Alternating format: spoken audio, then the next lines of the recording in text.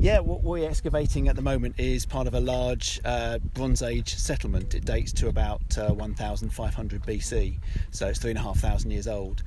We weren't expecting this to be Bronze Age, we were expecting it to be far more recent. We detected an area of archaeological activity, but as is usual with our kind of surveys, until you start removing the topsoil and excavating the features, which is what the students are doing at the moment, you have no idea of what the date of the thing is.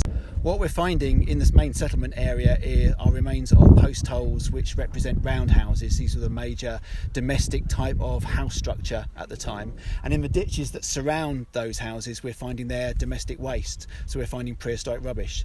And that may not sound particularly exciting, but it's fantastic for us and for the students, because it's telling us what people are eating, it's telling us the kind of pottery that they were using, it's telling us a whole range of craft activities. We know they were weaving, we know that they're metalworking, because of all their rubbish is being backfilled into the ditch that surround their settlement. So for us, it's better than finding treasure, finding that kind of evidence of how people lived and the sort of things they were eating 3,500 years ago. I mean, it's getting used to like using the tools and like the big hand tools and the small hand tools. We only just yesterday had a little talk about finds and how to sort of recognise, but I found a little flint blade a few days ago. So.